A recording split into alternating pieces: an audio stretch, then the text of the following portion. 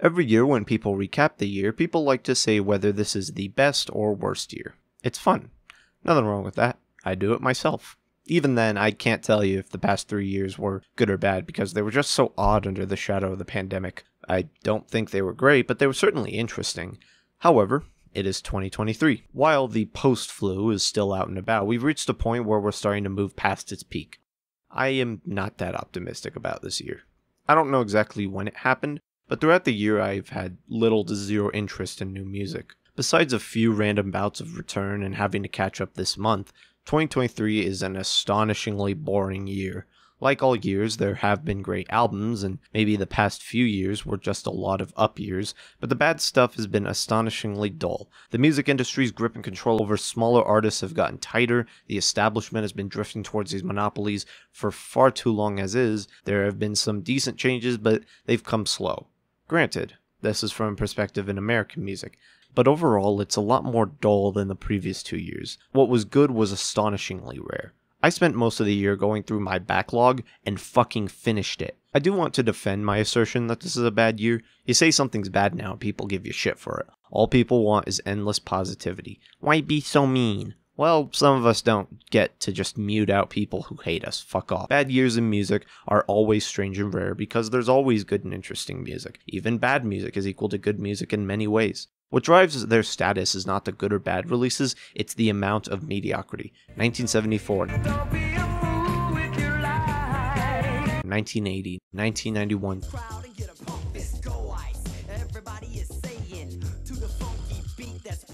2000, and 2016 were not years lacking in good music. Instead, they had mostly boring and bland music. To summarize the past 3 years, 2020 was a good year for music, in some ways because of how strange the trends were throughout. 2021 was a great year for pop music, not that great for the underground since they were hurt the hardest by the pandemic. So where do I go now that I'm in it? I never thought it'd be like this. 2022 was better for the underground, but not great for pop since 2021 was a peak year and pop music was trending towards rehashing. I'm good, yeah, I'm feeling alright, baby, I'ma have the best fucking night of my life. Because of that, 2023 being a down year was kind of expected, and even then, it shouldn't have been this lame. After I'm Good became the #1 song, after countless lazy samples, so many releases this year just re-releases. The second was a tribute album for David Grisman and the Grateful Dead. It also may be one of the better releases. The Interrupters, Florence the Machine, and Spelling were major releases I found out later were just deluxe albums from like the previous year. Most of the albums I listened to, Random, Suggested, and Self-Hype just didn't hit that hard. A lot of them were fairly boring. Even though I don't really like 2021 and 2022 as a whole, they had some excellent fucking music. This year just did not have nearly as much. It's just my subjective opinion, sure, but it's not like the major monopolies, constant consolidation of artists, and general shittiness of the year helped. The other issue is, due to circumstances with the world, people have been pivoting to older music, including me.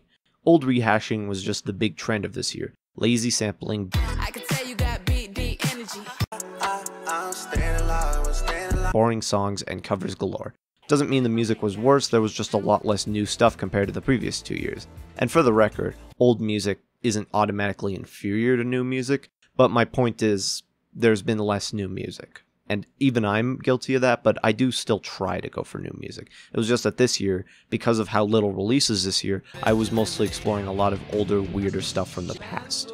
If you were to ask about the worst albums of the last 2 years, there were worse, but they were at least worth discussing, because of what they represented and what they did poorly. Being blunt, the worst album of the year so far is the 40-track Morgan Wallen album. I will not be reviewing any part of it nor listening to it any more than I have. All you need to know is that it's the most boring album of the year. All the songs on it are about the same thing, the album is longer than a lobotomy, and the only real reason it's popular is because of its niche. The record industry needs a generic country artist to represent the growing Americana movement. Paired with being absurdly bland, it gets to appeal to everyone and is easy listening to replace Maroon 5.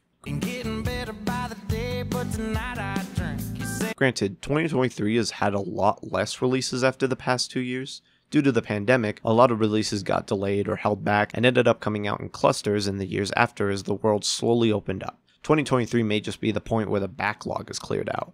which has also benefited old music as the releases slowed and people looking to more nostalgic and escapist music. Would I prefer more releases? Yes, actually. I felt this drought was present in the last 2 years because pre-2020 seemed to have a lot more. I have a life now, and it seems that despite that, I'm not missing shit. I took half of 2022 off because of burnout, and even then, I caught up in like a month. I tapped it back into 2023 randomly, and each time I realized I missed little. It could just be a me problem, I don't want to admit it because there are signs of a fairly down year all over the place, and I'm stubborn. Though it could just be an expectation problem. And I'm stubborn. I had a prediction in 2020 right when TikTok became the juggernaut it is now. I had a prediction that... Okay, let me put it like this. In the 80s, when Western pop music became campy and simple during new wave and hair metal, the underground became pretty interesting. The music itself became longer, darker, brutal, and less accessible than ever, mainly as a reaction to music in the mainstream losing a lot of that serious edge during the Cold War. Not until 1988 did it start to peek into the mainstream. Then Nirvana happened and nothing was ever good again. I predicted that because of TikTok doing the same thing to pop music, making it focused on hooks and catchiness, I thought the underground would respond to this with fury. Although parts of it has, this was a stupidly optimistic prediction, because it assumes TikTok was like New Wave, and it was not. TikTok has also penetrated the underground and the inaccessible, because thanks to TikTok you can be famous for fucking anything. Whether you're 100 gex Steve Lacy or Justin Bieber, you can just do that. However, because of the consolidation of the biggest names in music, that is mostly all you're hearing. There's plenty of underground music, it's just a lot harder to find or there are the piles and piles of stuff to get there, because most people don't care what they get. This sucks. Was I really asking for more current 93s and Swans when those bands still exist? Yes, because I'm fucking tired of every indie band trying to be always. If I wasn't always listening to new music, old and new, I would chalk this up as a me problem. That I'm just burned out again, but this year whenever I tried to get back into it, I just got tired. I finished less albums, tuned out the albums I was listening to, and took far more breaks during a bunch of releases. I avoided the major releases because I don't normally rely on them for quality. That was because, again, I don't want to focus on them. I want to focus on obscure stuff because if everyone's saying a popular album is good, why should I have to confirm that? I actually do believe there is one big problem with music right now. Every band is someone's favorite, every band is the greatest of all time, every band is underrated and experimental. I may have my favorites, but I've honestly gotten exhausted at how toxic positivity has consumed music discussion. It means that while there are some bands trying everything to see what sticks, or trying nothing to see what sticks, it means new acts have to try harder with a smaller fan base that won't be able to root for them, compared to the cult-like fan bases of superstar artists who never stop rooting for them, even when they should. It means that you can either have to try super hard because people are going to be hard on you no matter what, or you don't have to try at all because somehow people have decided you're the greatest fucking person of all time and no one else deserves that for some reason. I tapped out because I was sick of every artist watering down their sound because they can now get away with it, since their fans would eat it up and the naysayers would just be called haters and ignored. I'm not against pop, but put in the fucking effort. The past 3 years has turned so many acts into another bland pop rock band, many of which I was rooting for because of their unique spins. Bad Omens turned to Bring Me the Horizon, Imagine Dragons turned to Chicago, Heart Attack Man became pop, Blue October became shit. I'd rather bands go in a strange direction like Peter Gabriel Poppy instead of every band collectively aspiring to become Coldplay. Stop trying to become Coldplay. We have to especially talk about the music industry at large because it plays into this. The way bands used to make money was through touring, then bands were given a tax on their touring budget.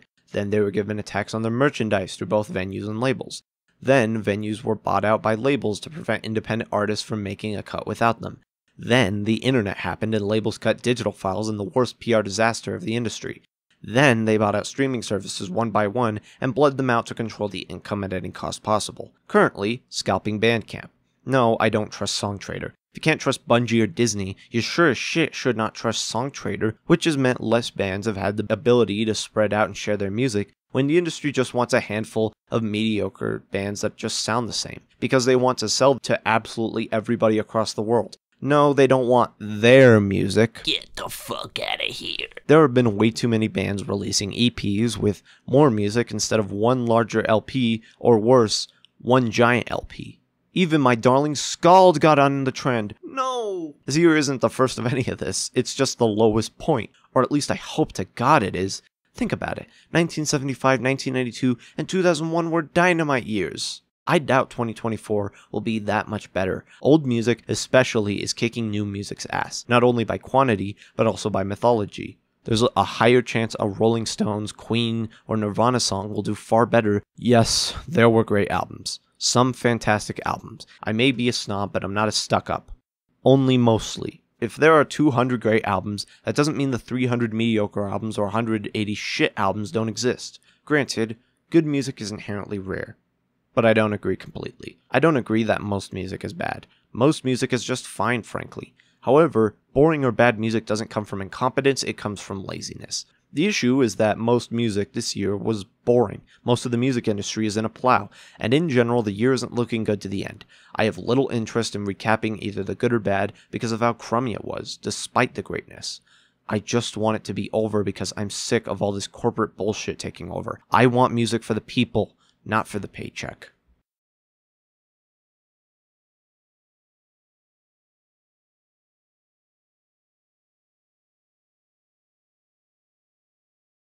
Ignore Grief, Oh Monolith, Wild Wet Worlds, Music for Cambrian Animals, Dream Machine, Jiminy, Struggler, How Do You Sleep at Night, Careful, Hurricane Louie, The Beggar, Dead Times, A Grisai Wedding, Koranta, Hoodoo Folk, Sefer Yetzirah, The Book of Creation, DCLXVI, no, I'm not checking that, I can't stop recording. Alkai, Memento Mori, Blood Orange, Gaddock Order, Retaliation,